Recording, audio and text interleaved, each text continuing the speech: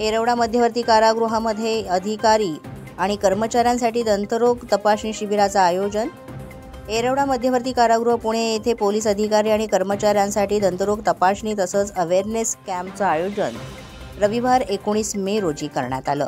31 मे हा जागतिक तंबाखू विरोधी दिन म्हणून साजरा केला जातो आणि त्याच अनुषंगानं doctor DY Patil dental college Lohgaon Pune यांच्यामार्फत हे शिबिर आयोजित करण्यात आलं। या शिबिरामध्ये तंबाखू सेवनामुळे होणारं नुकसान, त्याची सवय सोडण्याबाबत मार्गदर्शन तसंच तंबाखू सेवनामुळे कर्करोगासारखे गंभीर आजार होऊ शकतात यासारखी उपयुक्त माहिती देण्यात आली। यावेळेस तज्ञ डॉक्टर श्री करी बसप्पा यांनी मार्गदर्शन केलं। या शिबिरामध्ये जवळपास 150 पोलीस अधिकारी आणि कर्मचारी यांनी भाग घेतला।